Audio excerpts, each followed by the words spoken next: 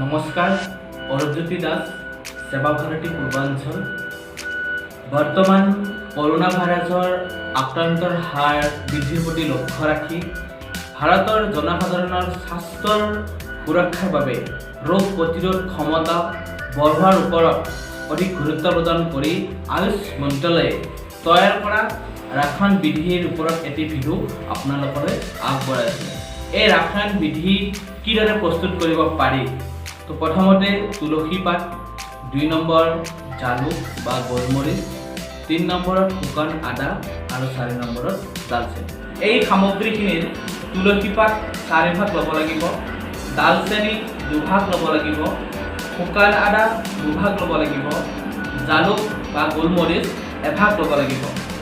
এই গোটেইখিনি সামগ্ৰী ভালকৈ শুকাই লৈ আৰু মিশ্ৰণ কৰিব লাগিব। এই মিশ্ৰণখিনি আপোনালোকে 3 গ্ৰাম মিশ্ৰণ লৈ 150 ml গৰম পানী মিহলাই দিনত 2 বাৰকৈ চাহৰ দৰে সেৱন কৰিব পাৰিব। লগতে নেমু, কিচমিচ নাইবা গুড়ৰ লগতো ইয়াক সেৱন কৰিব লাগে। দিনত 2 বাৰকৈ এই মিশ্ৰণখিনি সেৱন কৰোঁ। তাৰ ফলত আমাৰ শ্বাসজনিত ৰোগৰ লগতে চৰ্দি, কাহ আদিৰ পৰাও পৰিত্ৰাণ পোৱাৰ উপৰিও শৰীৰৰ ইমিউনিটি ষ্ট্ৰং কৰি ৰাখিব। ধন্যবাদ। Thanks for watching. A like would be appreciated. And don't forget to subscribe.